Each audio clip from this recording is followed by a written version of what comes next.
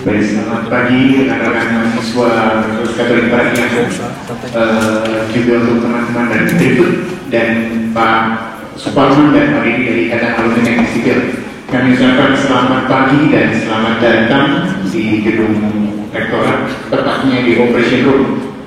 Pada hari ini kita akan bersama-sama mengikuti kegiatan. Ini adalah kegiatan yang kedua, Alumni Stock.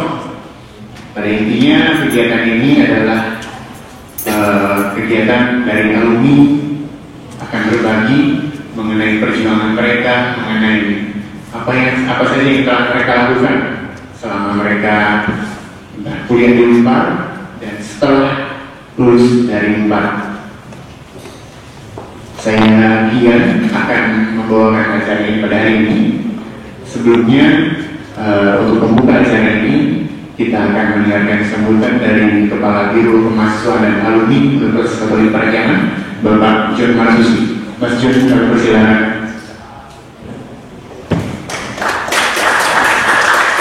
Ya, selamat pagi semuanya. Ya, seperti yang barusan disampaikan dari Mas Gian bahwa ini kegiatan seperti ini kita bermaksud untuk berbagi maksudnya dari alumni pengalamannya dari mulai kuliah.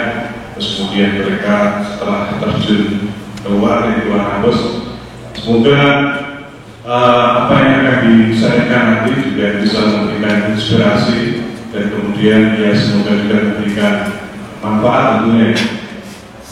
Meskipun ya kita tahu bahwa kalian semua mengambil jurusan pasti juga punya planning, namun tidak ada salahnya untuk di kampus. Bagaimana kita bisa mengimbau ilmu sebanyak-banyaknya supaya ketika kalian nanti keluar kampus sudah siap untuk berkompetisi gitu. Baik, untuk saya pribadi tentu saja tidak bisa secara detail apa yang menyampaikan apa yang akan disampaikan oleh tadi saudari Gloria.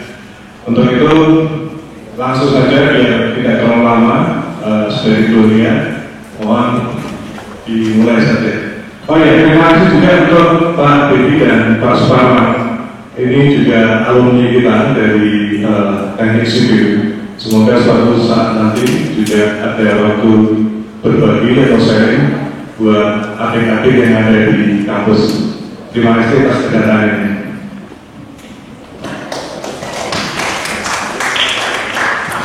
Baik, terima kasih Mas Jun. Kita langsung saja seperti dari kata Mas Jun untuk menyambut narasumber kita hari ini. Kami panggilkan, ini saya agak ragu manggil ibu, kakak, atau cici. Soalnya tadi ada berbagai panggilan ya. Jadi kita sambut teman-teman sekalian, Gloria. Nama lengkap Gloria Marcella Morgendiria, Mojang kelahiran Palembang, 10 November 1991, alumnus dari Universitas Katolik Parahyangan jurusan Teknik Kimia angkatan 2009 dan adalah lulusan terbaik pada wisuda. Pengalaman bekerja pada saat ini bekerja sebagai saat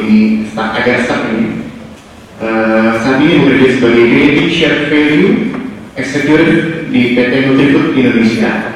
Juga selain itu memiliki kesibukan sebagai CEO Level, Director Strategic di Ekspor, dan founder dari kegiatan sosial Glow for Indonesia.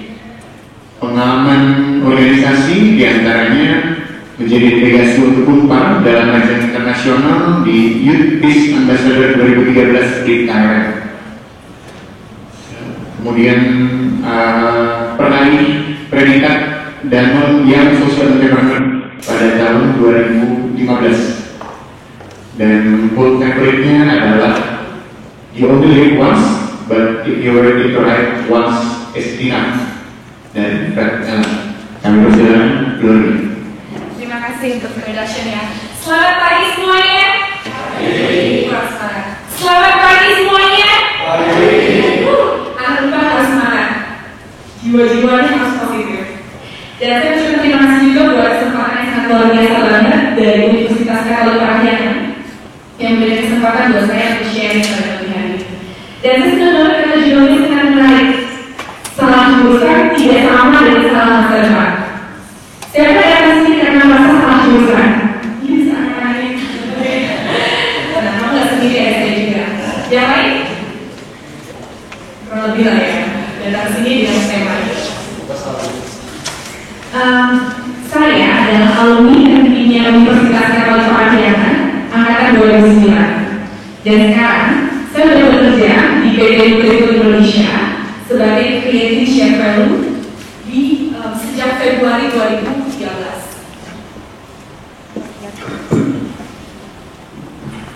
Sejak Februari 2014. Jadi tahun ini adalah satu tahun saya sudah bekerja di PT Nutritur Indonesia. Dan kedua kesibukan saya di kantor, saya juga menjalankan sosial bisnis, yaitu Lele Food. Bisa dilihat logonya ya, Lele Food. Lele Food ini adalah sosial bisnis yang saya bangun ketika saya masih di status mahasiswa. Saya duduk di bangku semester 3 waktu itu, di tahun ketiga maksudnya. Dan saya bekerja sama dengan teman-teman, sama-sama mahasiswa UNPA untuk menjalankan sosial bisnis ini. Nah di sini saya mau kasih challenge juga buat teman-teman. Ada 2 challenge-nya. Pertama, challenge supaya kalian sharing apa yang udah kalian dapetin selama yang ada di sini dengan cara melalui Twitter. Jadi kalian follow Twitter Lele Food, L besar, F-nya besar, terus ada hashtag-nya Glow for Indonesia. Nanti kalian share, oh gue dapet tentang post ini sangat menarik. Kalian share di sana. Nanti pemenangnya kita beri hadiah. Dan satu lagi, melalui Instagram juga. Kalian follow Instagram Lele Food, terus hashtagnya juga sama, foto-foto pada saat kegiatan ini. Itu aja dari saya. Sama satu lagi.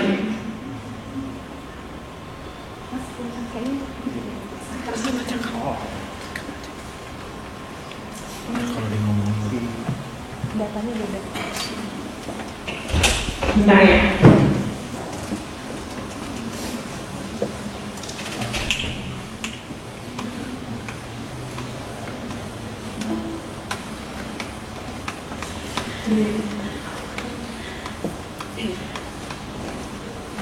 Di luar kesibukan saya Lele Food, saya juga pegang satu proyek lingkungan namanya Parahyangan Green Challenge.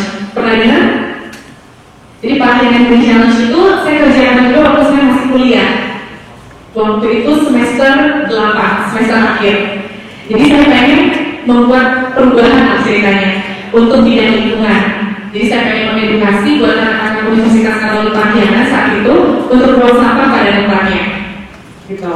Itu tahun 2013. Jadi kita lingkupnya UNPAD, dan tahun 2014 kita lingkupnya nasional, dan tahun ini tahun 2015 kita lingkupnya internasional.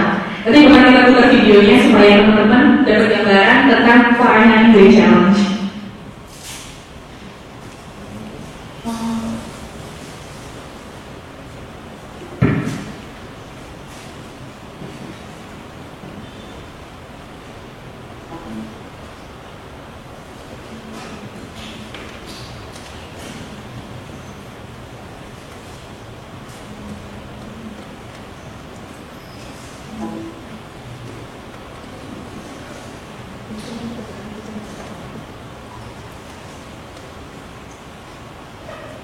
Ini data dari saya.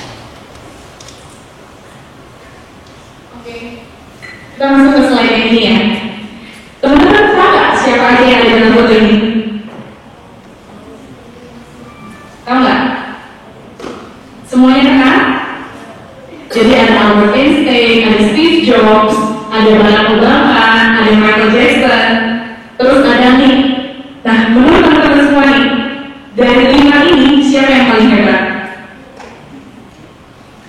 Coba kalian ngacu siapa yang paling hebat dan alasannya apa?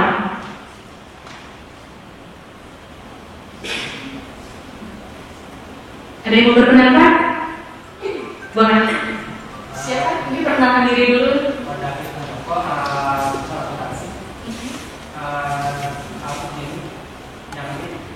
Kenapa? Karena dia sudah lumpuh, tidak punya tangan dan kaki, tapi dia masih bisa berkarya sedemikian besar untuk masyarakat dan lingkungan. Oke, terima kasih David. Yang lain ada masih mendapat? Siapa yang paling hebat nih di antara kelima ini?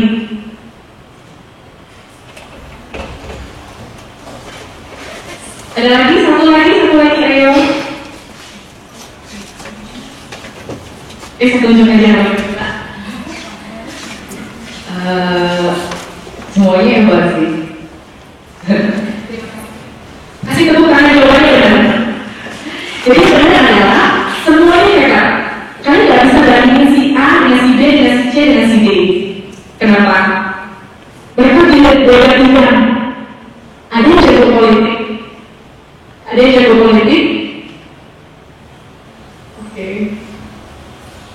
Ada yang jago politik tadi, terus ada yang jago nyanyi. Itu kan beda bidangnya masing-masing. So, itu nggak apple to apple kalau kalian bandingin. Sama dengan misalnya pendidikan di Indonesia itu ibarat kayak mengajar, ada kelas, ada buaya, kemudian ada harimau, terus semuanya disuruh manjat pohon. Sampai berjuang kayak gimana pun, kayak buaya nggak bisa manjat pohon. Beda kan? Karena mereka punya keahliannya di bidangnya masing-masing. Next. Oke, pernah dengar cerita tentang lomba kelinci sama kura-kura? Kalian tahu nggak mereka lombanya berapa kali? Sehari doang ya kalian. Sebenarnya mereka tuh lombanya 3 kali loh. Bingung nggak? Hari pertama mereka lombanya ceritanya. Ada kelinci sama kura-kura. Mereka lombanya itu mulai. Terus mulai lari. Terus yang menang siapa kalau ikutan? Kelinci yang menang. Jadi hari pertama yang menang itu kelinci. Hari kedua, gara-gara kesel nih kura-kuranya, gue kalah gitu kan. Yuk kita lomba lagi besok. Kata si kura-kuranya ngajakin si kelinci. Oke. Hari kedua lomba, kura-kura yang tentuin lokasinya. Lombanya di sungai. Jadi mereka harus berenang. Yang mana kura-kura atau kelinci? Kura-kura. Karena kelinci gak bisa berenang. Oke, panas nih mereka berdua. Wah, kata kelinci, curang banget. Pantesan kalau kita, karena kamu kan lombanya di sungai gitu. Oke, kalau itu hari ketiga, kita harus campur dua-duanya. Jadi harus melewati hutan iya, terus harus melewati sungai juga iya. Nah, kira hari ketiga, mereka lomba lagi. Tapi lomba lagi banyak banget. Karena apa? Kelinci gak bisa berenang. Dan kura-kura lambat banget di darat. Akhirnya, mereka berkolaborasi supaya mereka sampai di garis finish barengan. Karena mereka nggak bisa mengandalkan kekuatan mereka sendiri. Dari cerita 3 hari tadi, ada 3 hal yang bisa kita dapat. Yang pertama, pentingnya sebuah kolaborasi. Kalian bisa sih melakukan segala sesuatu itu sendirian, bisa, tapi nggak akan maksimal. Bisa sendiri untuk cepat dan mudah. Tapi kalau kalian melakukan hasil yang maksimal, kalian harus berbarengan dengan orang lain. Itu yang pertama. Yang kedua, setiap orang itu punya kemampuannya masing-masing. Jadi ada orang yang jago dengan daratan, ada yang jago di air, dan beda-beda setiap orang. Kalian nggak bisa bilang si A lebih hebat, si B lebih hebat, beda. Dan yang ketiga, kan hari pertama kan yang mana kelinci. Terus hari kedua, kurang-kurang aja lagi, bertanding. Yuk kita bertanding lagi. Kita bertandingnya di tempat yang berbeda. Kenapa? Karena kurang-kurang tahu basicsnya itu di mana. Kurang-kurang tahu gue nggak bisa nih kalau di darat, tapi gue di kelas dengan si kelinci. Gue bisa menang kalau gue bertanding dengan dia itu di air. Kurang-kurang tahu basicsnya. So, di sini menjadi pelajaran juga kayak buat dari saya juga dari secara pribadi. Kita harus tahu basics kita di mana. Next, find your blessings. Kalian udah ketemu belum sama blessings kalian sendiri? Kayak kurang-kurang tadi dia tahu blessingsnya apa. Oh, gue jagonya di A. Kalau saya sharing, saya ketemu dengan yang namanya blessing saya sendiri. Itu saya pikir press too much banget. Di dunia ini, kalau kamu mau tahu yang namanya blessings kamu, itu emang kamu harus bayar harga. Kamu harus kerja keras. Jadi, ceritanya saya kuliah kan di teknik kimia 4. IP saya nggak begitu bagus. Oke lah, buat semester 1, semester 2 tendang gitu kayaknya. Begitu semester 3, langsung 2,8, 2,7, 2,4, turun. Dan sampai akhirnya saya udah ngikutin nih tips-tips dari kakak kelas biasa. Kata orang kan harus duduk di depan sekali katanya. Oh gue udah duduk di depan sekali. Gue berdekat dengan temen gue di depan sekali. Terus harus dengerin dosen katanya, harus fokus. Udah fokus gitu kan, gue dengerin. Temen gue ngajak ngomong, gue dengerin, gue fokus gitu kan. Tapi tetap gak bisa. Terus gue pulang kuliah, gue ngajak pulang gitu kan latihan. Terus deketin orang yang pintar, udah ngelakuin semuanya gitu. Tapi ide gue gak berdampak apa-apa gitu. Gue juga udah tinggalin kegiatan organisasi gue saat itu, tinggalin kegiatan-kegiatan yang menurut gue gak penting. Ini gak benefit buat gue mau fokus buat kuliah. Tapi ternyata gak ada dampaknya dan ide gue gak naik gitu. Akhirnya gue pikir, wah gue gak bisa kayak gini terus.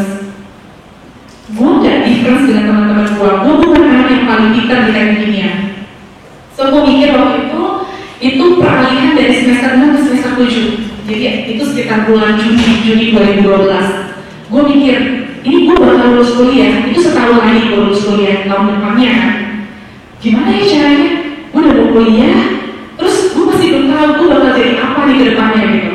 Gue gak tahu kayak ada usaha mana yang mau bayar gue gitu kan. Kalau misalnya gue pun IP-nya kayak gini, ancur-ancuran gitu. Terus gue juga gak punya sesuatu yang betul beda dengan orang lain. Tapi ada satu quotes yang bikin otak gue berpikir saat itu, bulan Juni 2012. Quotesnya, orang tidak mau bayar mahal untuk sesuatu yang rata-rata. Ini kayak parfum. Oh my god, gue harus berbeda. Ini kuncinya adalah berbeda. Kalau kamu gak beda, kamu sama dengan orang sekitar kamu. Gak ada orang yang mau bayar mahal buat dapetin kamu. Kamu biasa aja gitu istilahnya. So, next, I ask myself saat itu, ada dua pertanyaan saya. Itu bulan Juni 2012 saya tanya dua. Yang pertama, apa yang membuat saya bernilai beda dari orang lain? Terus pertanyaan yang kedua, karena saya harus kerja tahun depannya, saya bertanya, apa yang membuat sebuah perusahaan membayar mahal untuk mendapatkan uang? Beda keras gitu, gue gak mau dibayar dengan hal yang ecek-ecek. Even IP gue pun biasa-biasa aja, tapi gue tetap punya impian. Gue harus dibayar mahal sama perusahaan yang tempat gue masukin. Oke. Gue terus bertanya dua pertanyaan itu, tapi gue gak menemukan jawabannya. Gue gak menemukan itu. Yang gue lakukan berikutnya adalah saya bertanya ke teman yang tepat. Saya nanya sama orang-orang gitu. Saya bertanya ke orang-orang yang menurut saya outstanding di kampus Unpad. Ada teman saya menjawab, oh kalau misalnya kamu mau bernilai beda dari orang lain, kamu IP-nya gede, terus kamu aktif organisasi. Tapi menurut saya itu gak difference. Yang IP gede dan aktif organisasi itu sama aja. Itu jumlahnya banyak banget kan? Banyak banget. Dan kalau misalnya kamu mau kerja di perusahaan, kamu bersaing juga gak cuma dengan Unpad kok, dengan UI, dengan ITB, dengan UGM, yang pasti dari nama kampusnya itu beda. Terus IP yang gede, kemudian yang aktif organisasi itu banyak, itu gak difference gitu. Wah, gue bener di rumah, setiap kali gue tanya anak Unpad, jawabannya cuma itu. Ya kamu aktif organisasi itu kamu udah beda dari orang lain. Tapi gue gak puas gitu, itu gak beda menurut gue. Gue terus bertanya-tanya, sampai akhirnya gue bertemu dengan satu orang kakak kelas, anak Unpad juga, anak akuntansi 2008 saat itu. Namanya Vincent, itu orang gak ada di sini. Terus gue bertanya, tentang bagaimana caranya membuat dirinya berbeda dengan orang lain.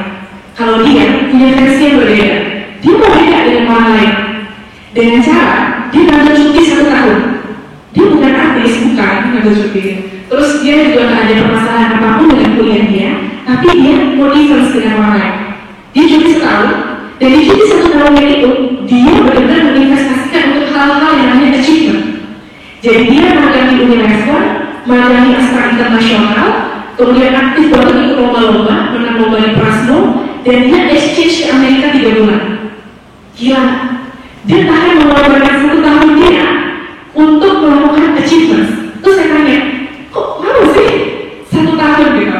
Terus dia bilang, saya tanya juga sih, IP dia berapa sih? Sampai dia nggak mau difference dengan orang lain.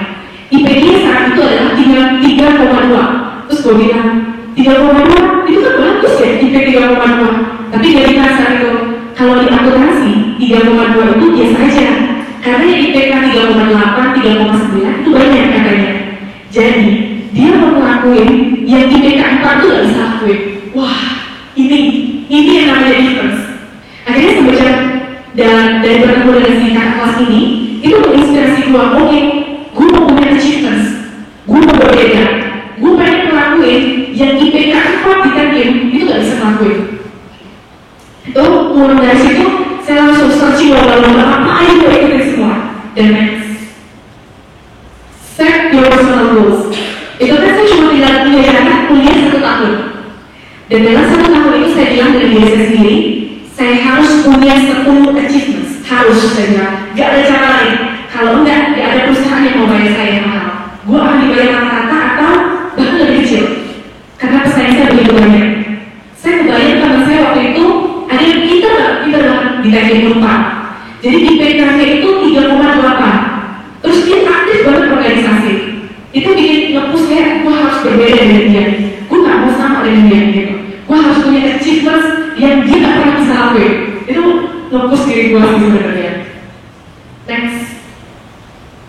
Dan akhirnya setelah saya mulai cari-cari lomba, gue masih belum tahu gue destinasi apa. Tapi gue lakuin cobain semua hajar aja. Jadi lomba nulis cerpen, lomba buat kartu Natal, gak jelas sih lomba-lomba gue ikutin aja. Karena gue pengen cari, gue hebatnya di mana sih? Kalau kata orang, lu misalnya, lu sedang nulis nih. Oh, gue sedang nulis nih, gue jago nulis. Apa artinya lu bisa nulis gitu? Pernah menang lomba? Enggak. Berarti misalnya lu gak punya sertifikasi yang membuktikan bahwa lu emang jago nulis. Lu pernah keluarin buku gak? Enggak.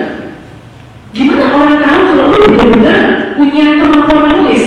Mau nggak mau, lu harus punya achievements. Mau nggak mau? Akhirnya, saya terus kami coba. Dari situ, dari bulan Juni sampai bulan November, saya coba terus semua lomba hajar. Dan puji Tuhan, gue gagal 38 kali. Gue benar-benar terus terang. Saat itu gue merasa kayak, ya ampun, berubah banget nih gue. Gagal terus, lomba apa-apa diikutin, gak ada hasilnya. Dan gue sempat kayak ngerasa, gue ngabisin waktu gue nih, gitu kan. Kalau misalnya mau ikut lomba, otomatis lu harus bikin proposal, lu harus nyediain waktu dong, bener gak? Dan itu sempat bikin gue kayak down. Tapi gue percaya satu hal, Tuhan gak mungkin ngelewatin kasih blessings buat gue. Kalau Tuhan kasih ke si A, kasih ke si B, Tuhan juga pasti kasih ke gue. Gitu. Tugas gue adalah, gue harus cari blessings gue apa. Terus gue kejar. Ibarat kata waktu coba terus, gue keinget sama Colonel Sanders. Ingat gak IFC? Dia gagal tuh ribuan kali. Dia nawarin set KFC itu ke siapapun. Itu bagus KFC-nya dia. Tapi orang nolak terus. Tapi dia kenapa terus mencoba. Dan itu gue lakukan. Semakin ditolak sama orang, gue merasa gue semakin dekat dengan bisnisnya gue. Terus coba. Sampai dari Juni sampai November, gue baru menemukan bisnisnya gue tuh apa. First achievement, the best social movement dari Universitas Pajajaran. Itu gue juara 1 waktu itu. Dan sejak itu, wah semangat nih, 1 achievement. Berarti gue masih butuh 9 lagi kan? Wah, bukan. Oke, buat dapetin 1 achievement ini, gue gagal 38 kali. Untuk achievement kedua, gue harus siap gagal sebanyak 38 kali. Gue udah siapin mental gue. Kalau kalah lagi, gak apa-apa. Coba terus, gitu kan? Dan ternyata, untuk dapet achievement kedua, gue gak harus gagal 38 kali. Tapi gue gagal 18 kali. Lumayan, mereka tahu doang gitu. Tapi terus kayak gitu. Akhirnya untuk capai achievement ketiga, gue gak perlu gagal 18 kali. Terus, itu berkurang lama-lama. Cuma tahap yang pertama sih yang paling susah. Lo harus melawan diri lo sendiri. Lo gagal banyak hal. Tapi gue coba terus. Itu yang namanya trial and error. Next. Find the role models. Kalian buat tahap awal, kalau mau menentuin role model itu jangan yang ketinggian, tapi carilah yang ada di sekitar kalian. Waktu itu buat saya awal, saya role modelnya anak Unpar juga, 3 orang. Salah satunya sih kakak kelasnya tadi, yang saya tanya tadi. Yang 2 lagi, gue keliling cari, siapa ya yang keren. Karena gue punya impian, gue pengen keluar negeri. Gue keliling jurusan HI. Wah, kayaknya keren ya kalian. Terus akhirnya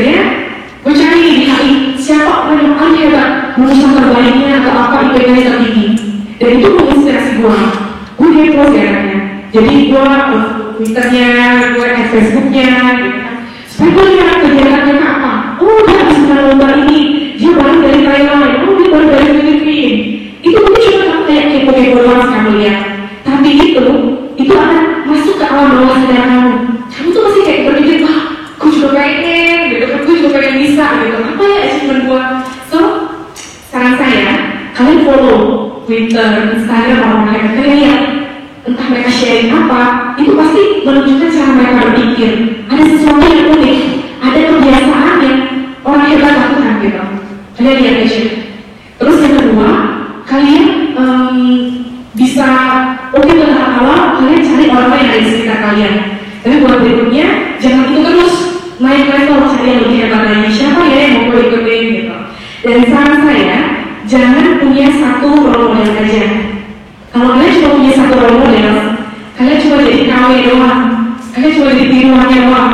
Tapi kalian harus punya banyak. Terus kalian ambil yang hebat-hebatnya. Oh, ini hebatnya di presentasinya. Oh, yang ini hebat dari segi leadership-nya. Itu yang kalian pelajari istilahnya. Next, go out and experience new things. Nah, kalau saya biasanya saya suka coba baca buku. Saya senang banget baca buku. Saya senang baca buku itu dari kelas 5 SD. Itu membuat cara berpikir saya berbeda dari orang lain. Jadi kayak, wah, kalau gagal mungkin orang jalan, tapi kalau gagal, gak apa-apa. Bukan masalah gagal berapa kalinya, tapi berapa kali kalian bangkitnya. Gitu. Jadi kayak dari segi mindsetnya udah beda. Dan saking senang baca buku, itu saya kalau ada waktu selalu baca buku. Kalau saya jalan kaki, saya baca buku. Kalau saya naik angkot, saya baca buku. Saya naik ojek, baca buku. Saya di mobil, baca buku. Selalu baca buku. Gue adalah orang yang harus suka ilmu gitu. Gue selalu pengen tahu, saya orang-orang hebat itu lagi ngelakuin apa ya? Ada apa sih mereka kerjakan? Dan biasanya orang hebat itu nulis buku. Jadi gue baca di buku mereka. Dan yang kedua adalah seminar. Nah, kayak aku udah mulai kerjanya sangat bagus nih. Gue pun banyak berubah karena gue ikut seminar. Gue terinspirasi. Kadang kita merasa buntu gitu ya. Karena teman-teman di sekitar kita, dia mungkin gak melakukan difference gitu. Tapi kalau kamu datang ke seminar, kamu melihat pembicaranya, oh dia melakukan ini. Itu bisa menginspirasi kamu untuk melakukan sesuatu yang luar biasa. Gitu. Dan gak menutup kemungkinan mungkin ada yang suka, oh gue sukanya nonton TV gitu. Bisa, kalian bisa nonton Mata Najwa, itu bagus banget tuh.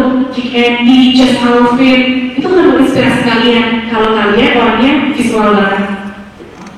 Next. Hang out with your own peers. Nah, sangat penting banget kalau kalian punya teman-teman yang punya mimpi yang besar juga. Jangan berteman sama orang-orang yang mimpinya kecil, yang udah rasa kayak, oh udah lah, yang penting asal punya aja, gitu kan, yang penting asal hidup. Jangan cari orang-orang yang mimpinya besar. Kalau saya, biasanya saya cari, nggak harus jurusannya sama-sama tekniknya, enggak kok, cari di luar jurusan kalian. Kalau saya waktu itu ngikat mereka, kan lucu juga ya, kalau ngumpul yuk, ya kan, ya dekat gitu ya, ngumpul makan, cuma ngumpul makan, pulang, ini gak asik banget. Kalau ngumpul makan dan temen, gue selalu ngerjain project. Nah, salah satunya adalah Lilliput. Itu semua bermula dari kayak kita ngumpul, kita makan, terus kita ngeluarin project. Kalau kita ngeluarin project, otomatis kita jadi distributor aku kan. Nah, jadi kita lebih dekat dengan mereka, orang-orang yang punya impian yang besar gitu.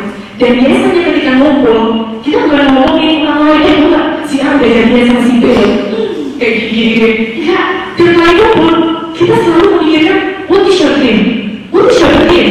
Wah, ada teman saya waktu itu kita ngumpul, dia bermimpi untuk go internasional ke Korea. Dia waktu itu akan teknik sipil 2010. Kalau ada yang tahu namanya Rawani. Ya, jadi dia cerita, gue punya mimpi, gue pengen ke Korea katanya. Oke. Dan gimana caranya untuk Korea? Kita mulai sebagai teman-teman kan kita bertemu, kita tanya gimana caranya? Oh gini. Dan sampai akhirnya dia benar-benar ke Korea Selatan. Dia mencapai impiannya. Dan itu yang kami lakukan setiap kali untuk what is your dream? Apa yang kalian mau kerjain berikutnya? Dan kita saling membantu. Oh kalau kayak gitu kamu bisa buka website ini. Oh gue punya teman nih kayak gini, saling membantu. Akhirnya kalian naik ke level yang lebih tinggi. Gitu. Dan kemarin ketika saya kerja, kan saya pindah ke Jakarta nih dari Bandung. Sama, gue sempat kayak ngerasa, aduh, gue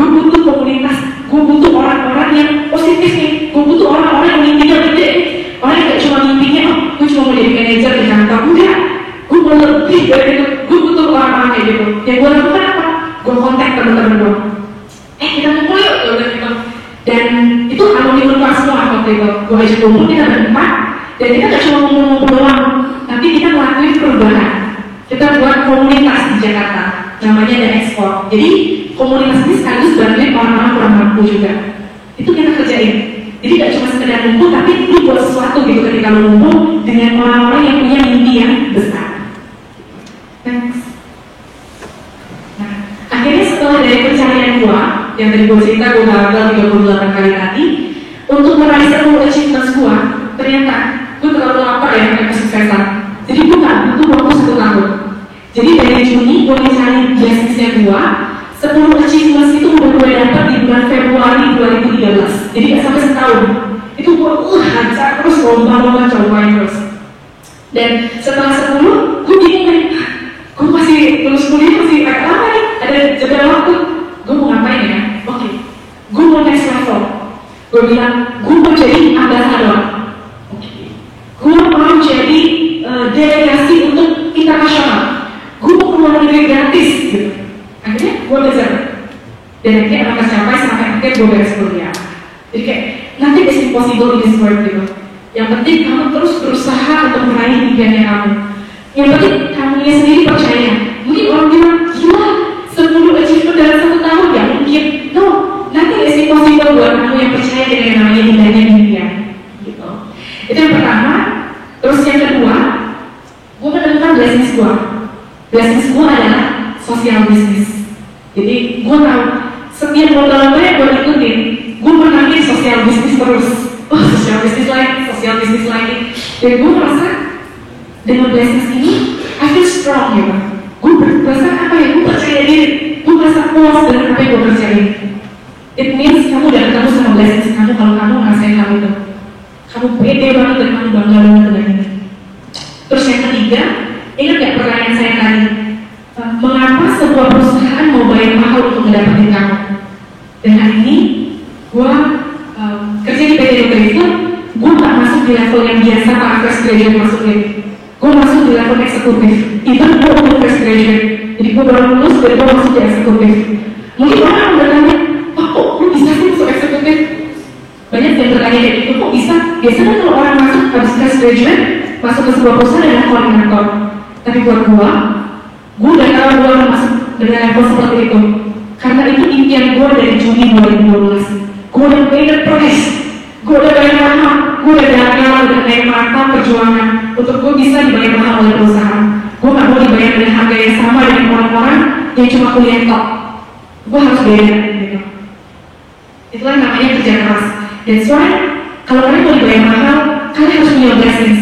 Kalian harus punya nilai yang orang tuh lihat itu beda gitu.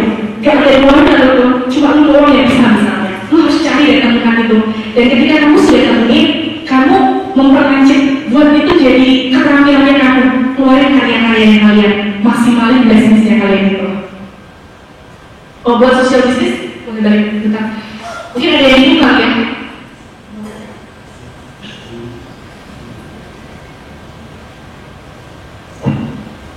Oke, buat definisi sosial bisnis itu sendiri, kalau ada teman-teman yang bingung, sosial bisnis itu bisnis ya, bisnis itu.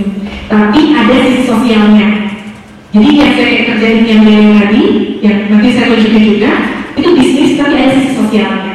Itu yang saya suka.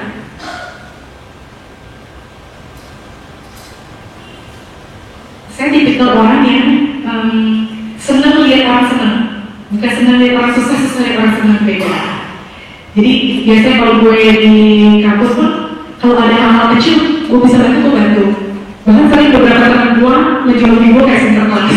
Karena kalau ada kesulitan apa-apa, gue bantu. Gue senang banget kalau yang orang itu hidupnya jadi lebih baik. Gitu. That's why gue senang menjalani yang namanya social business ini. Next. Dan salah satu role model gue adalah Agnes Monica.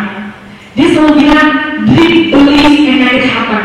Kayak, wow, keren banget. Dia benar-benar mewujudkan impiannya untuk go internasional. Kalau dia aja bisa, kita juga pasti bisa. So, kalau kalian punya impian, catat impian kalian. Dan kalian harus believe dengan impian kalian sendiri. Dan buat itu menjadi nyata. Jangan cuma impian doang, wujud kayak impiannya. Next. Nah, ini yang udah gue kerjain, gue ada videonya.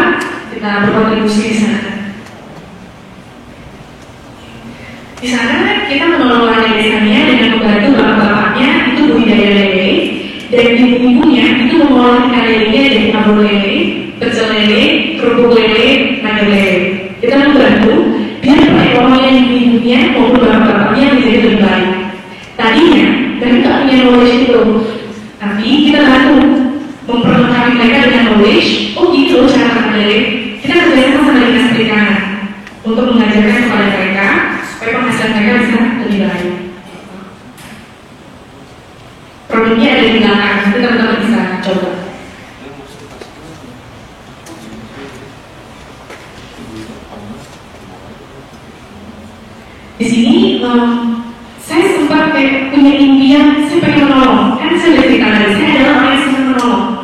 So, saya bertanya, ini dari apa sih kebahagiaan itu sebenarnya di dunia ini? Itu mungkin karena gue galau, gara-gara masalah jurusan. Pokoknya ketika kalian ada masalah, kalian harus berusaha menjawab permasalahan itu. Karena ketika lagi ada masalah, ini sekali bakal naik level ke level yang lebih tinggi lagi. Next.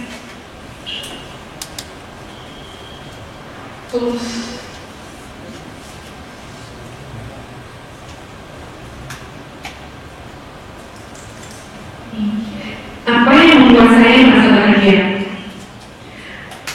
Saya biasanya yang selalu menolongin orang dan saya ketika menolongin orang saya merasa bahagia. Tapi bahagia dengan level seperti itu aja enggak membuat saya merasa bahagia terus. So saya punya impian, saya pengen melakukan hal yang besar.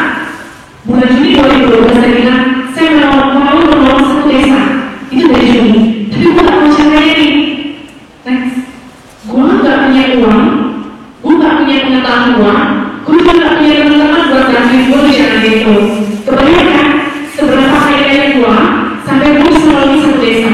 Itu bapak gue udah jawab, iya kan? Gimana nih caranya? Terus gue juga gak tahu nih, biasanya kalau orang melalui satu desa, oh dia mengubah energi air dari energi listrik, mengubah apa yang apa. Nah, gue dari gini aja pas ada dosa gue gak ada yang mau apa-apain. Nah, gue gawat. Terus gue gak punya teman-teman yang punya passion buat melalui orang yang gak mampu. Gimana nih? Tapi kebetulan yang berinteraksi buat gue Oktober 2012, gue melihat di majalah penting Unpar ada lomba. Nah ini penting juga buat kalian.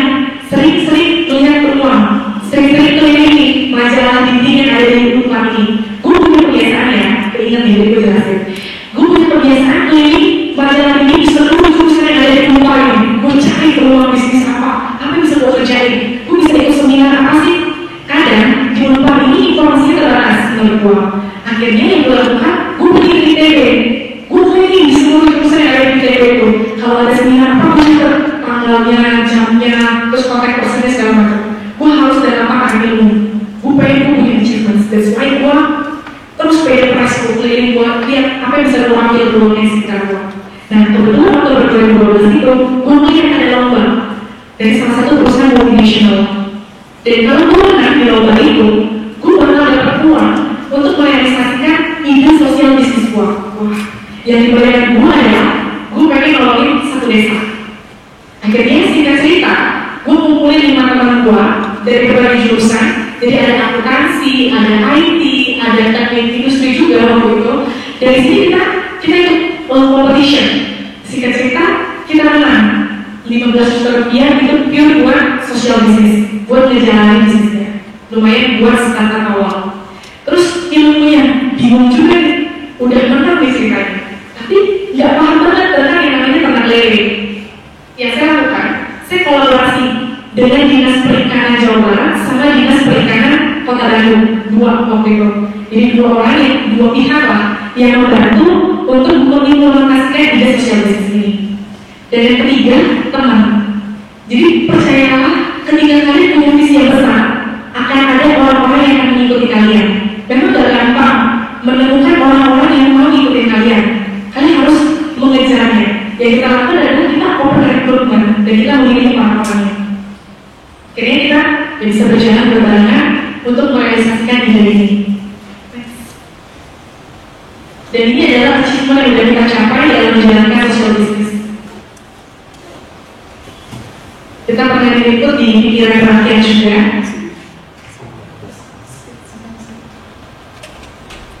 Ini beberapa website yang sudah meliput tentang social business kita. Dan terakhir kita pernah masuk ke Metro TV untuk acara Level waktu itu. Jadi kita diwawancara tentang menjalankan social business. Nah, kalau yang tadi gue bercerita tentang about me. Nah, bulan Februari 2014, gue bekerja di PT Nutrif Indonesia. Dan ini adalah project yang saya jalankan di perusahaan.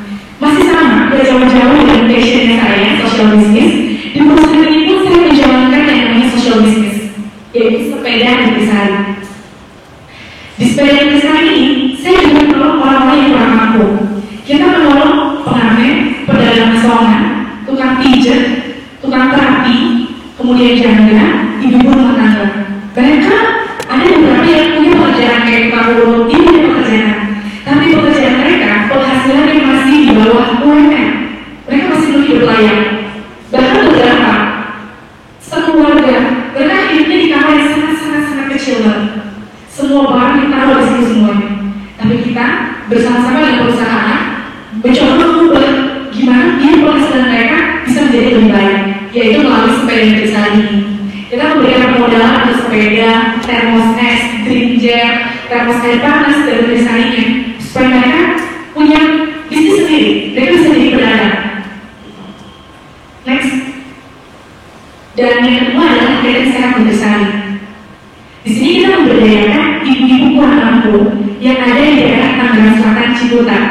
Jadi ibu kurang mampu ini kita berikan keterampilan untuk pengolahan makanan, pengolahan variasi minuman, yang pastinya apapun makanannya minumnya nutrisari. Jadi nutrisari makanannya apa tuh banyak banget.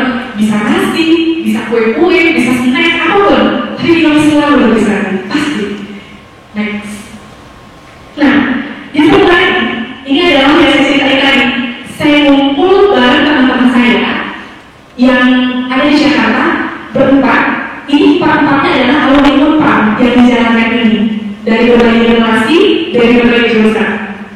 Kita membangun yang namanya The Expo. Next. Jadi melalui UKM atau komunitas yang ada di Indonesia ini, kemudian produk-produknya itu kita ekspor. Jadi banyak banget UKM atau komunitas di Indonesia, mereka cuma bisa produksi, mereka buat kerajinan tangan A, kerajinan tangan B, tapi tidak tahu nih pemasarannya mau kemana. Nah kita berempat, kita membuat perubahan, kita bantuin. Kalau orang-orang itu suka banget dan hargai produk-produk dalam negeri kita ekspor. Nanti produk-produk saya bakal launching bulan April 2015 di Jakarta. So wait for the information ya. Dan ada satu quotes yang juga gue suka nih. Semulia apapun visi misi hidupmu, sampai mati akan selalu ada yang perlu dikontrol. Don't stop, don't quit, do what you believe. Sampai mati. Jadi kalau lu berbuat baik, tetap aja ada yang mungkin merasa kayak lu kurang ini, kurang itu. But guys, tetap stay true to yourself. Believe dengan apa yang namanya impian kalian. Jangan biarin orang mengecilkan impian kalian. Tetap semangat. Biarin aja. Orang itu menilai berdasarkan kemampuan mereka masing-masing. Kalau dia bilang, lu gak bisa, lu harus juara satu lomba. Biarin aja. Gak bisa, itu mungkin menurut dia gak bisa, tapi buat gue bisa dong. Gitu. Gue kan hebat, gue extraordinary. Kan harus percaya yang dari kalian sendiri. Jangan biarkan orang menilai impian kalian. Next. Nah ini juga penting. Gue ngefans banget dengan yang namanya Malanda Kaisan. Tahu gak Malanda Kaisan? Dia penulis buku Dream Nature, dan dia juga founder dari Indonesia Youth Conference. Conference untuk anak muda pertama yang ada di Indonesia. Mungkin next time kalian bisa coba juga di conference itu namanya Indonesia Youth Conference, dan dia foundernya. Dan dia punya quotes yang bagus banget.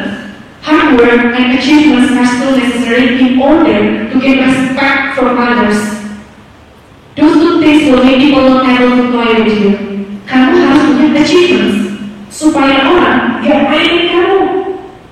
Mungkin lu baik, oke lu baik, tapi lu harus punya achievements supaya orang tuh gak nganggap lu gampangan yang meremehkan lu. So, pertama adalah lu investasi yang kalian maksimalin supaya kalian punya achievements. Harus. Next. Nah, gue mau bantu kalian nih.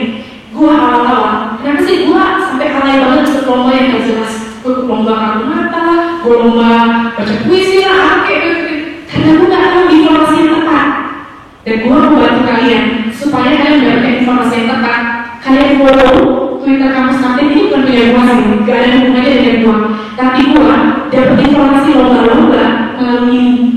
Makanya kenapa gue bisa cepat banget setelah kan gue awal-awal dalam 38 kali segala macam kan. Karena gue gak tahu. Tapi begitu gue udah tahu soalnya, ini informasi-informasinya. Di sini kalian gak cuma dapat informasi lomba, kalian bakal dapat informasi tentang kesempatan untuk jadi volunteer. Ada di Bandung, ada di Jakarta, banyak banget kesempatannya. Kalian bisa part-time juga. Kalian bisa nemuin apa nih yang menarik, yang sesuai dengan passion gue. Buat pertama, coba terus semuanya. Sampai akhirnya kalian merasa, oke, ini gue banget. Ada Twitter, ada Facebook. Mungkin beberapa teman, gue lebih pinginnya di Twitter ya. Kalian belum Twitter bisa. Atau gue lebih suka yang Facebook bisa juga. Di sini ada lomba buat kalian internasional. Banyak banget konferensi yang fully funded, dibayarin supaya kalian bisa keluar negeri gratis. Sama satu lagi informasi yang penting, banyak banget anak Unpad nggak tahu bahwa setiap anak Unpad punya jatah keluar negeri satu kali. Ini yang parah. Gue baru tahu ketika kalian bentar lagi udah mau lulus. Jadi kita punya yang namanya International Office. Tahu nggak International Office? Nggak tahu juga. Tahu nggak? International Office itu adalah lembaga yang ada di Unpad ini untuk mengirim anak-anak Unpad ke delegasi-delegasi internasional free, bahkan dari uang saku. Itu yang gue alami. Nah, kalian nanti bakal lihat ada oper dari International Office. Kalian apply, cobain, hajar aja supaya kalian bisa keluar negeri gratis. Cobain dapetin achievements, cobain kalian keluar negeri dibayarin sama orang. Jangan mungkin kalian sangat bayar sendiri, oke nggak apa-apa. Tapi coba banget kalau dibayarin orang, ada perasaan bangga, ada perasaan puas di sana. Dan ketika kalian bertemu orang lain dari berbagai daerah, pola pikir kalian akan lebih dewasa pastinya. Bisa datang juga ke International Office Unpa, ada di lantai 2. Bisa tanya-tanya, bisa gimana nih peluangnya kesempatan kalau exchange 6 bulan 1 semester kayak itu banyak banget ke Korea Selatan, ke Australia, kalian bisa dapetin di kampus ini gitu. Gitu. Next. Nah, kalau kalian mau tanya-tanya dengan gue, lebih banget, gue seneng banget buat sharing. Itu dalam konten-konten pesan gue ada email gue juga. Belajar dari gue, pesan gue tetap adalah temukan lisensinya kalian dan maksimalin. Sama yang kedua, percayalah sehebat apapun kalian, sekuat apapun kalian, tetap harus andalin Tuhan. Ketika kalian andalin Tuhan, ada blessings yang lebih besar lagi. Ada hal yang di luar logika manusia yang akan membantu kalian. Itu aja pesan dari gua. Semangat, thank you.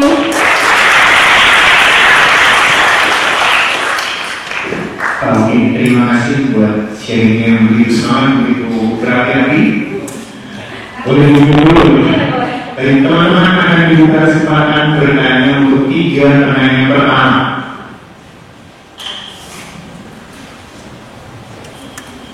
Masih pada ini, nulis. Untuk 3 orang pertanyaan pertama. Ini.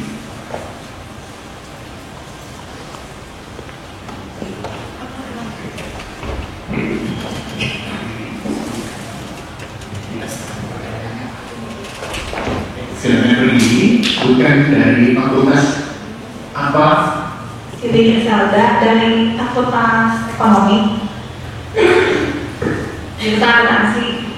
Saya mau nanya, jadi kan saya itu udah sering ngalamin kegagalan. Buat gimana caranya supaya setelah mengalami kegagalan itu bisa bangkit lagi, punya semangat lagi, gitu aja.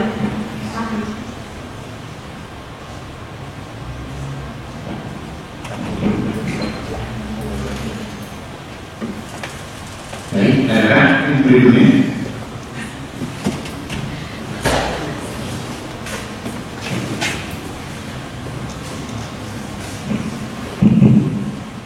Oke,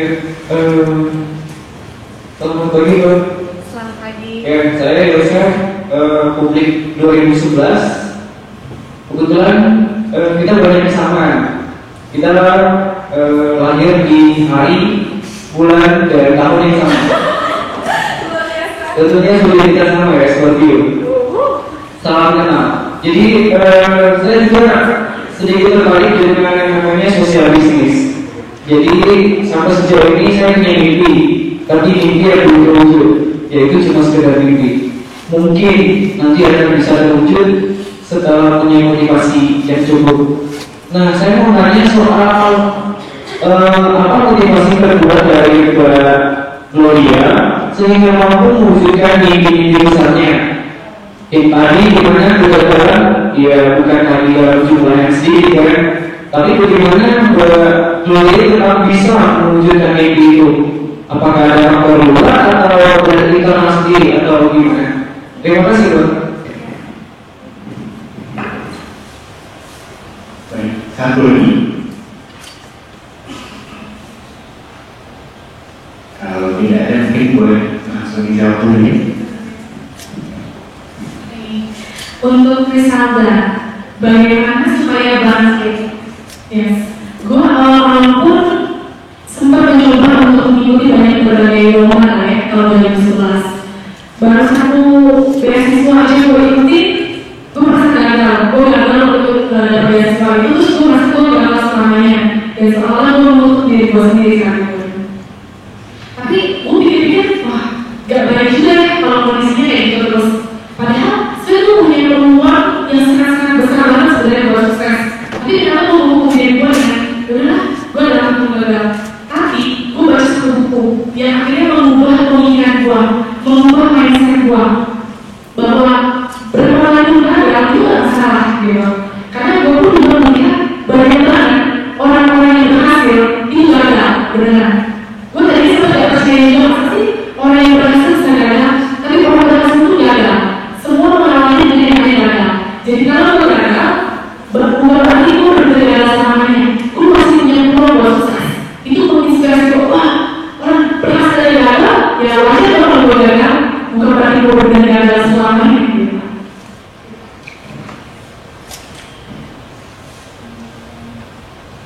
Terus buat motivasi ya.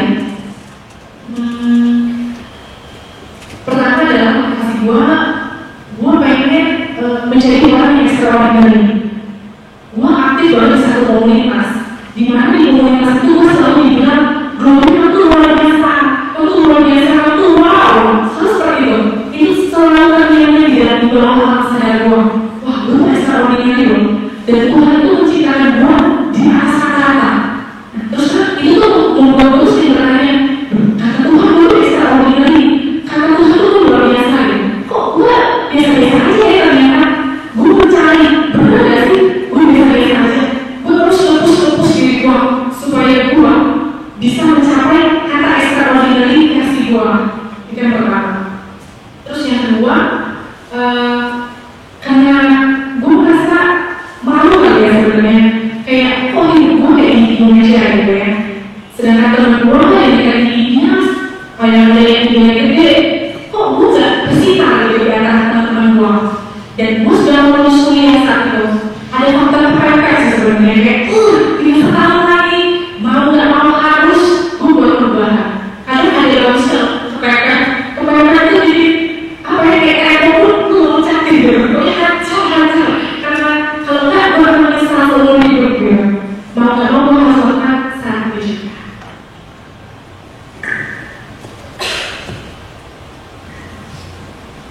Baik, ada lagi? Apakah atau sudah cukup puas dengan jawabannya? Atau ada yang lain? Oke, silakan. Selamat pagi. Kalau gue lihat, saya Sandia dari Fakultas Hukum. Tadi kan bilang kalau saya bisa melakukan sesuatu sendiri, cuma nggak bakal maksimal. Nah, gimana caranya supaya bisa dapetin orang-orang yang kira-kira bisa bantu kita dapetin wujudin apa ambisi kita? Terus gimana kira-kira cara milih orang-orang itu? Cara milih orang-orang yang kira-kira bisa bantu kita?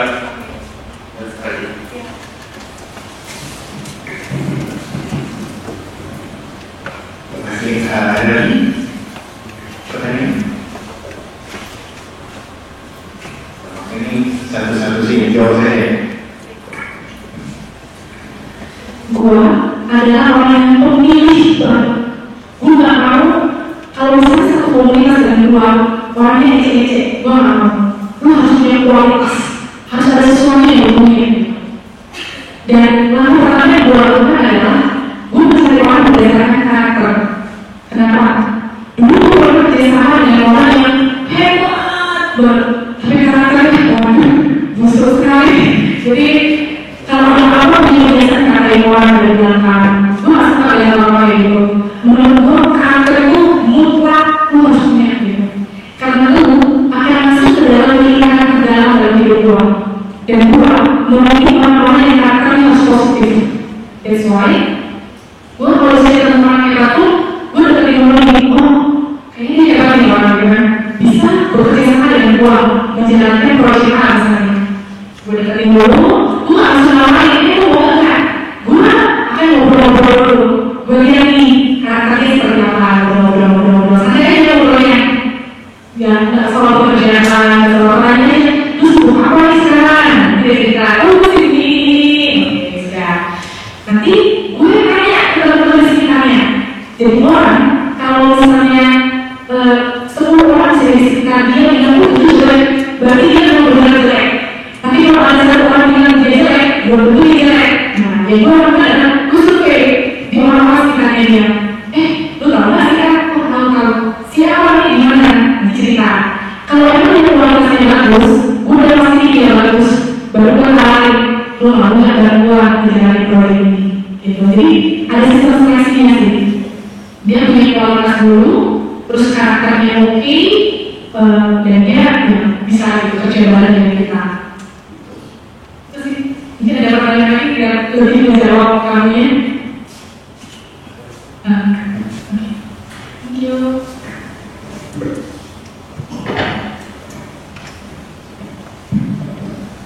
Oke, masih ada tanggapan bertanya di bertanya. Oke, sebentar.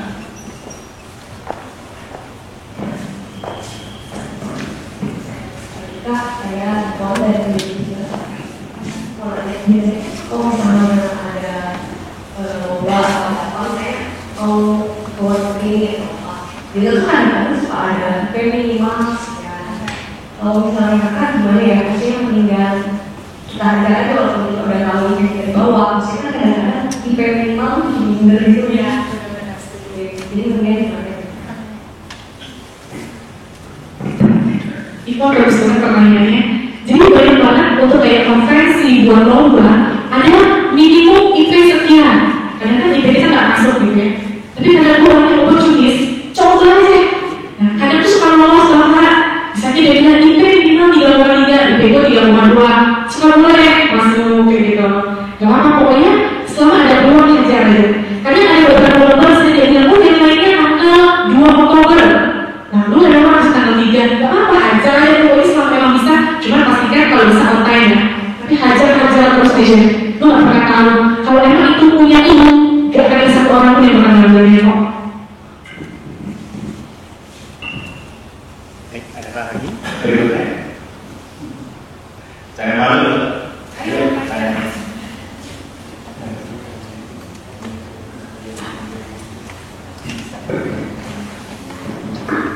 Pagi semuanya, saya dari minggu ini dari Fakultas Ekonomi berarti saya mau nanya kan saya nggak salah jurusan ini. Kadang-kadang kalau misalnya beberapa teman-teman yang dari di fakultas gitu, kayak beda banget gitu kayak misalnya dia pemikiran saya gitu. Kadang-kadang benar-benar mayoritasnya lebih ke saya misalnya lebih ke saya dia mah diatur semuanya rata-rata dia gitu. Ini kalau mau apa ya agak susah gitu. Gimana caranya supaya ada motivasi buat beresin sisa jurusan ini gitu. Terima kasih. Gue juga punya pengalaman yang sama dengan lu. Gue kalau ngomong sama anak teknik, beban. Kayaknya gak asik banget ya, kayak omongan mereka tuh cuma kayak, lu mau cerita termodinamika lo? Aduh, belum, gak asik banget. Gue lebih suka ngomongin kayak, what is your dream, kayak tadi gue bilang. Yang gue lakukan adalah, gue cari teman-teman itu. Dan gue suka banget dengan yang namanya keluar negeri gitu kan. Keluar negeri bukan jalan-jalan, tapi gue punya achievement gue keluar negeri gitu. Yang gue waktu itu lakukan adalah gue ikut penyaringan komunitas di Unpad. Jadi di Unpad ini ada komunitas untuk exchange luar negeri dan itu kita dibina selama berapa ya, itu sekitar 3-4 bulan.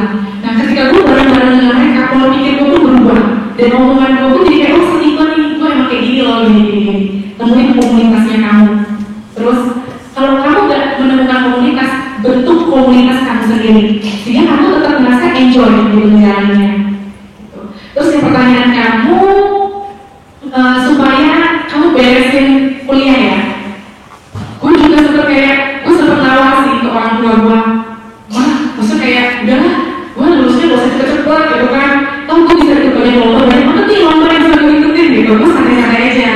Tapi mama gue bilang, lu harus tetap lulus 4 tahun, tetap. Dan ya udah, karena gue gak mau misalnya orang tua gue, ini jadi motivasi buat gue. Oke, walaupun gue ada achievement, gue ikut banyak lomba, gue jalan ke kampus segala macam, gue tetap harus lulus 4 tahun, harus. Dan motivasi lainnya adalah, gue pengen cepet bebas. Gue udah pengen lupain semuanya. Dan terus terang sampai hari itu, gue gak ingat satu pelajaran gue kayak lulus tahun, gue gak ingat sorry ya. Gue udah beda banget tentang kimia. Buat gue pengen cepet semua dari kimia itu, dan gue lakuin apa yang jadi kesukaannya gue. Dan sampai hari ini, ketika gue menjalani apa yang jadi passionnya gue gak pernah merasa kerja. Satu hari pun gue gak pernah merasa kerja. Jadi sampai sering orang tanya, lu kerja apa sih? Gue tuh seperti kayak, apa ya gue kerja apa ya? Kayaknya gue gak kerja gitu. Gue seneng gitu. Gue menjalani dengan penuh sukacita di kantor ini gitu. Ada yang berikutnya? Ayo calon manajer mana pertanyaan? Barangkali dari alumni. Ya, kenalin nama saya Suparman. Saya alumni Teknik Sipil 81. Jadi sekarang sudah 52 tahun menurut saya. Ngomong-ngomong boleh usia berapa? 23. 23. Usia anak saya yang paling besar sedikit ya. Jadi pertama saya harus bilang Karun, salut, luar biasa.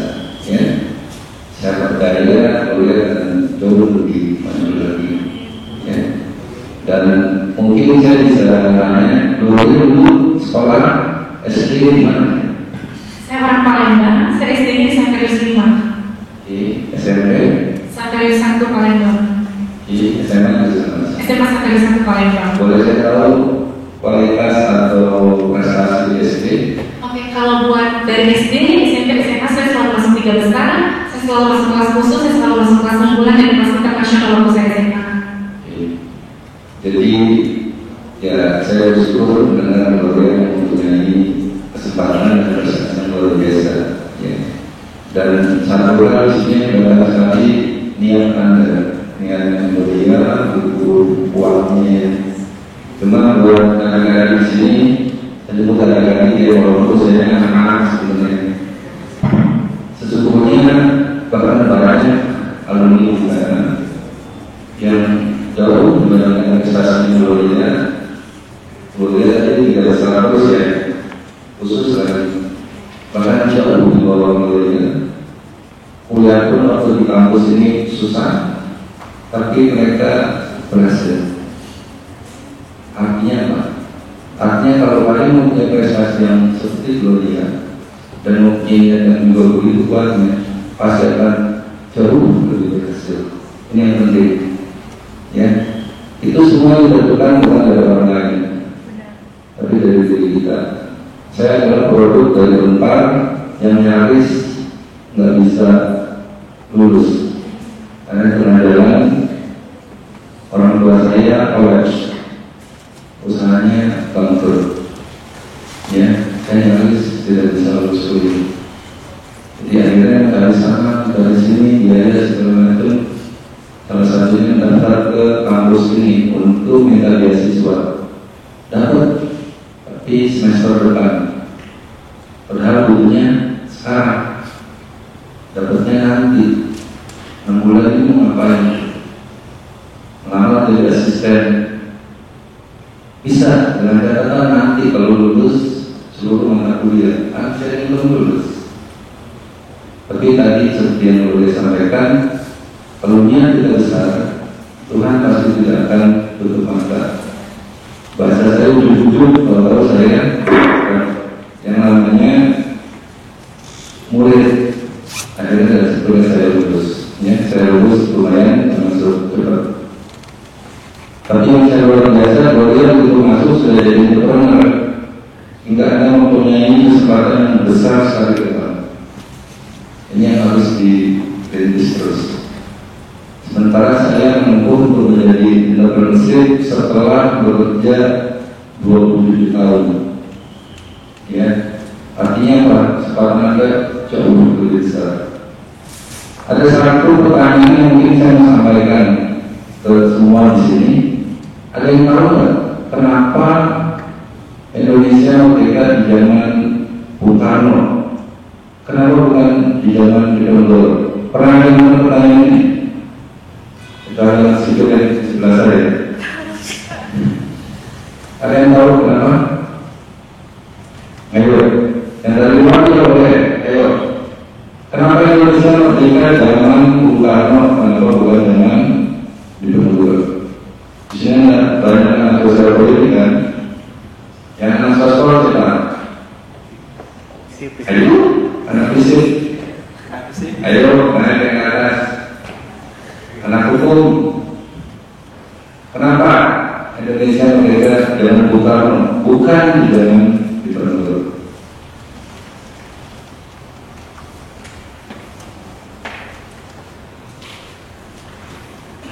Ini penting.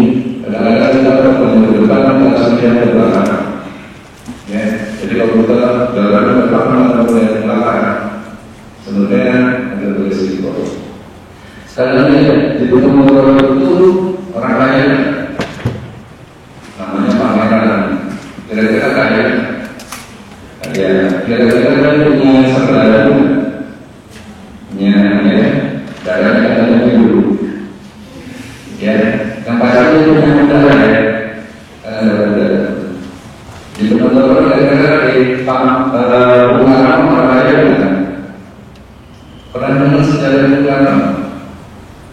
Bung Karno adalah anak petani biasa, orang miskin. Papa mamanya orang miskin, ibunya orang Bali, ayahnya orang Jawa. Yang kombinasi antara Bali dan Jawa. Miskin, susah kan? Tapi aneh, kok tuh orang kaya punya saudara itu kesempatan belajar yang besar, nggak mampu menegakkan Indonesia. Sementara Bung Karno bisa. Pernah lihat nggak? Pernah. Kalau Bung Karno itu harus dilihat bagaimana di benar-benar mana. Pernah tahu benar-benar apa gimana? Belajarnya bisnis terus nih. Jadi secara lupa. Di Bebenoro itu ada kawan-kawan adanya gitar, pandai, punya ilmu. Sehingga waktu mau diundang atau perempuan oleh Belanda, di kantor tidak mampu di kantor oleh Belanda. Akhirnya Belanda berpikir bagaimana menangkal di Bebenoro. Apa yang dilakukan oleh Belanda? Apa?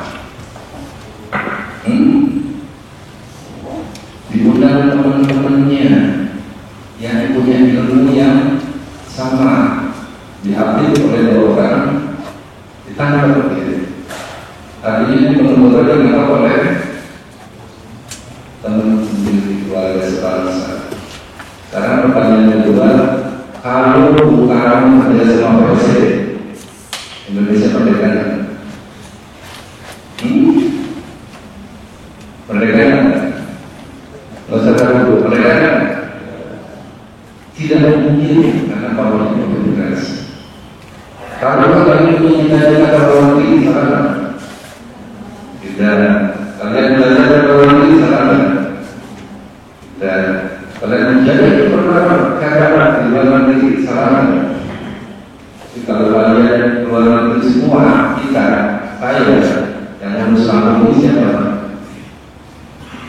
Jadi pesan saya kepada teman-teman, rayalah kita datang kalian, tapi jangan lupa pulang kampung, benar ya?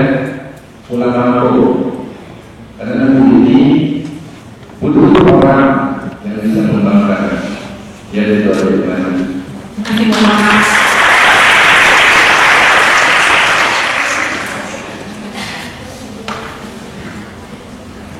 Dan kata-kata akan bertanya.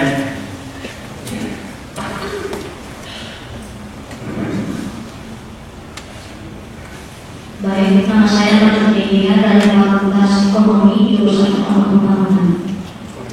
Dalam semester kedua ini mengatakan dalam semester ketiga ya, dan mengenai bisnis.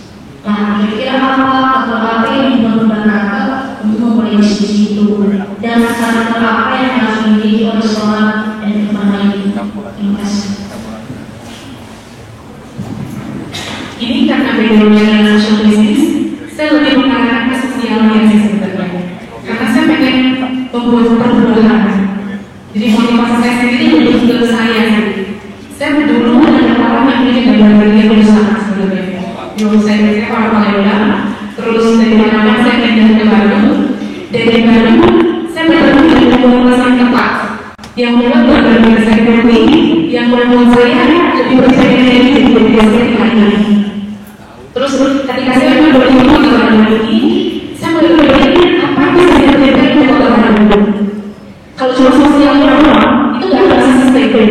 That's why gue berpikir social business. Mau nggak orang bisnis gitu, supaya gue bisa menolong orang.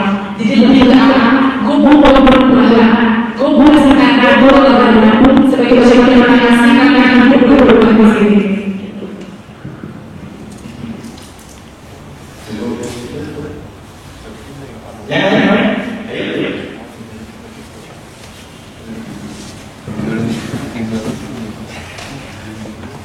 saya sangat dalam masalah waktu transaksi yang saya kami agak sedikit yang saya disampaikan oleh Pak Godian tadi.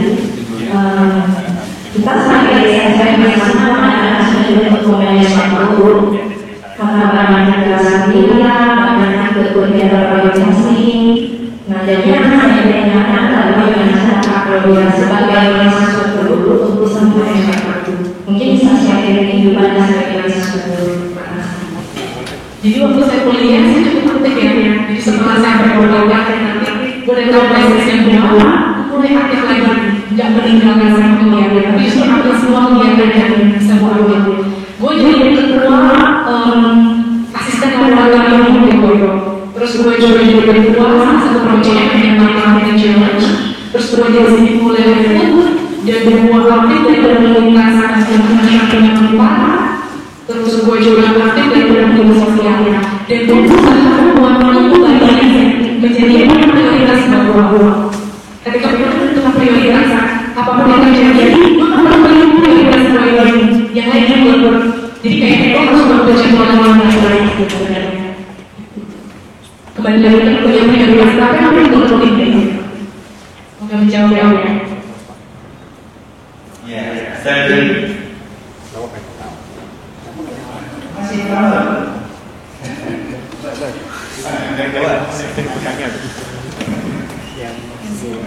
Oke, pertanyaannya, saya kebetulan saya dari Almani dan di sini saya ini kebetulan kita diangkat pembahasan masih, tapi memang saya jawab. Nah, kalau ini ada sejarahnya Dorianya itu dari itu pakai kuliahnya. Kalau saya lihat memang dari sini banyak bentuk gitu. Dari kelas segala macam khusus mungkin ikut organisasi. Nah, nasinya kayak ini. Kalau kita bertulis di sini, itu kita punya materi yang tinggi. Gimana caranya untuk orang yang masih di dalam pengalaman, nggak punya materi yang tinggi. Sama-sama lagi ketika sudah ditanya, kok boleh gitu? Nah, itu jadi mereka sampai yang ini apa? Tesis dan tantangannya yang berlaku. Untuk semua dari percaya ini harus belajar dari musuh. Mungkin orang-orang jangan lagi bagaimana, tapi lama-lama pertanyaan percaya diri. Mana sih orang terkait tapi fokus supaya dia dapat sesuatu hasilnya. Mungkin kesannya kayak bodoh paling bodoh tapi setelah itu dan berilmunya itu jadi tahu sesuatu dan memang ketika lo berbisnis lo butuh namanya pelajaran karena buat orang bisnis setahun itu gak punya pilihan gak punya izin lo harus tercoba gitu terus kayak lo apa ya kayak benar-benar proses sesuatu yang mungkin lo belum benar-benar itu tapi hidupnya adalah trial dan error gitu. Nah terus yang kedua untuk yang percaya diri adalah karena lo benar-benar dari orang-orang yang percaya diri dulu gue juga pernah percaya diri gue tahu gue bohong tapi gue memasukkan diri gue ke komunitas yang tepat orang-orang yang percaya diri gue lo tuh ikut dengan mereka percaya diri lo berpikir dengan mereka lo gak pernah di komunitas yang terkait sekarang udah bagaimana buat gue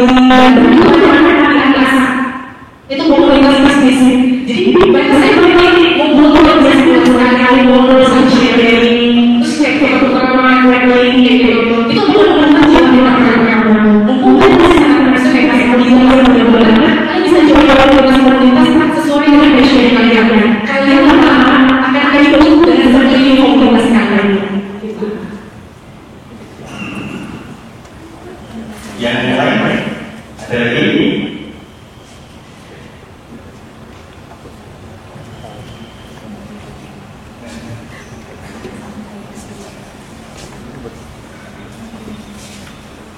Ayo kita korek supaya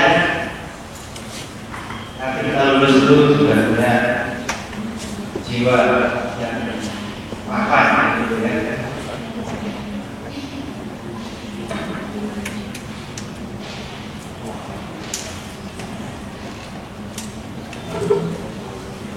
tadi teman-teman dari awal Gloria sudah menyampaikannya untuk share sesuatu di Twitter atau di Instagram, ada yang sudah men-share quotes mungkin atau inspirasi dari Twitter. Silakan Twitter akan mendapatkan dari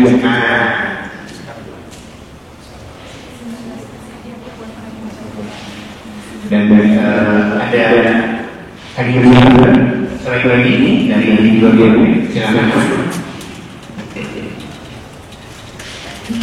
Dan saya juga penilaian dari teman-teman dan dari teman-teman juga, dan ada juga beberapa yang menarik yang akan ya. Itu adalah sama Yosef sama boleh berapa dengan keluarga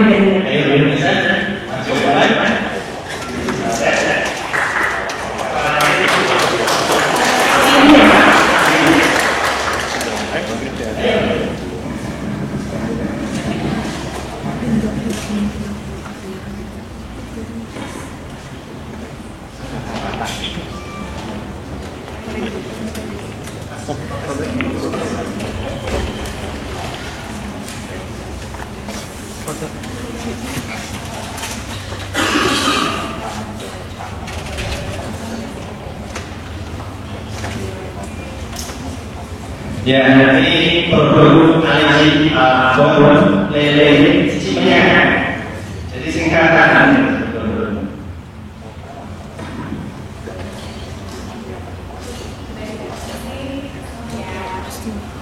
Ya, silakan dicoba di tempat kosong.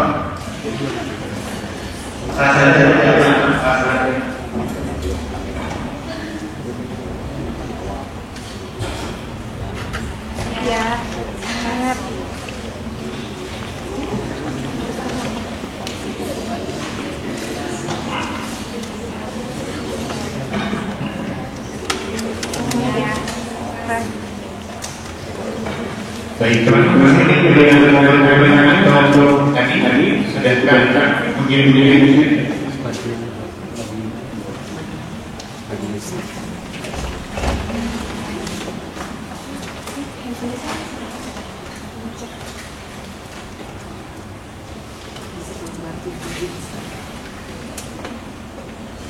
Ayo, dulu lagi ya. Kelompok ada. Jadi kita dengan kok dengan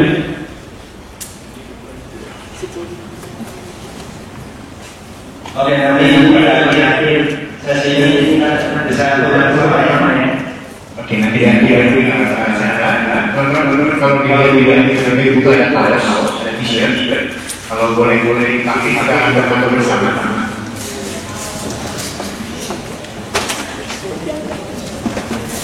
Perbanyak dari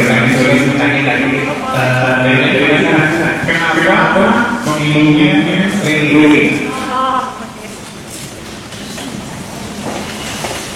Saya pilih itu karena ada sosialnya. Kalau kandungan sosialnya itu sekarang masih tidak bisa dikasih. Tapi hari-hari ini itu cenderung orang-orang.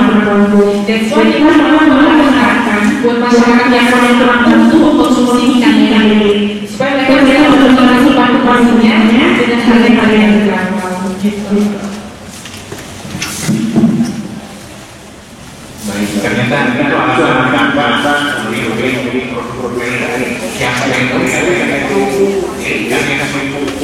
bandel mau disimpan seperti apa dalam mungkin salah satu alasan yang kami karena orang yang sempat. Oke, teman-teman, masih ada yang bertanya lagi?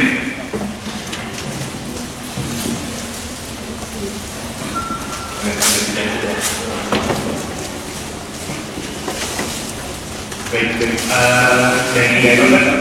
pengalaman lagi? Sudah. Ini ada yang boleh bertanya lagi? Teman-teman,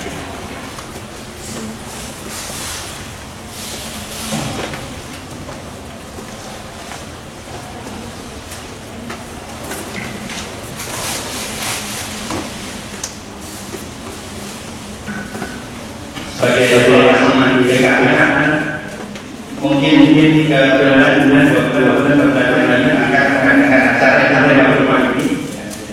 Jadi bagi aku itu bisa jadi informasinya untuk alumni yang berikutnya. Nah kita sekarang nanti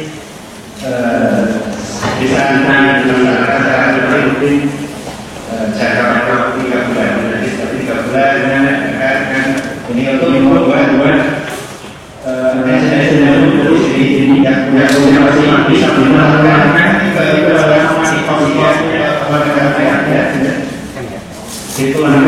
itu sehingga pasti kita berkembang. Anda tidak bisa berkembang jadi pasti Anda akan berkembang melalui kelompok-kelompok.